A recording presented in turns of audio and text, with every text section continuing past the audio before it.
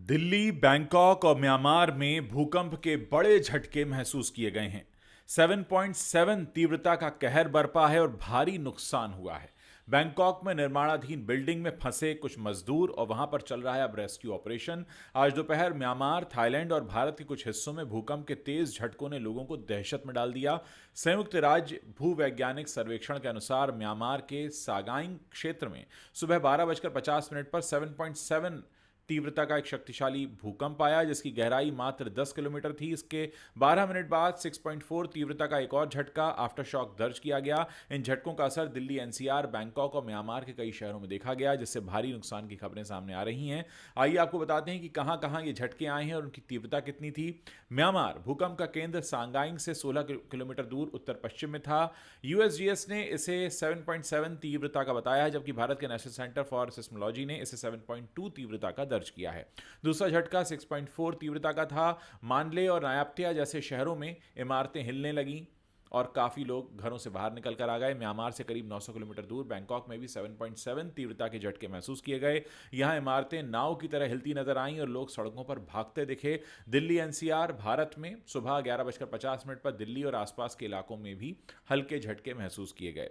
NCS के अनुसार यह म्यांमार के भूकंप का ही प्रभाव था, लेकिन भारत में इसकी तीव्रता 4 से भी कम रही। इसके अलावा कोलकाता, इम्फाल और मेघालय के कुछ हिस्सों में भी झटके महसूस हुए।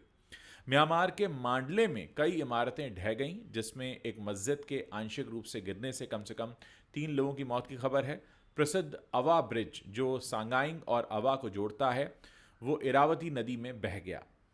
नायाप्तिया शहर में सड़कें टूट गईं और एक बड़े अस्पताल को मास कैजुअल्टी एरिया घोषित कर दिया गया, जहां दर्जनों घायलों का इलाज चल रहा है।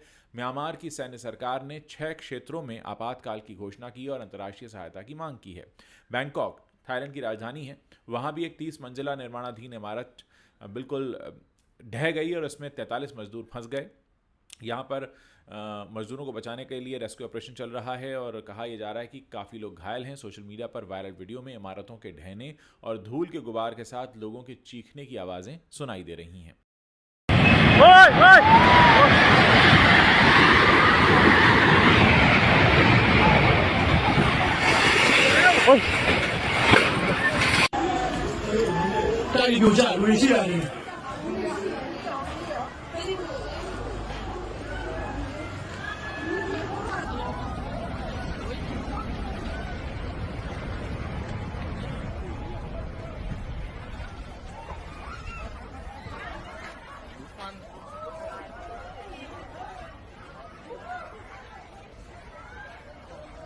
कई ऊंची इमारतों से पानी के पूल्स भी निकल कर आ गए और मेट्रो और रेल सेवाएं बुरी तरह प्रभावित हुई। निलंबित करना पड़ा उन्हें। थाई सरकार ने बैंकॉक को आपात क्षेत्र घोषित कर दिया है।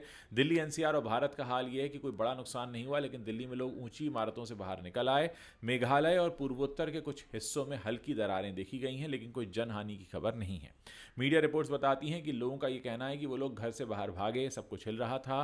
भीड़ के सामने एक 5 मंजिला इमारत ढह गई। बैंकॉक में एक टूरिस्ट ने कहा कि मॉल में अचानक हड़कंप मच गया, लोग चीखने लगे।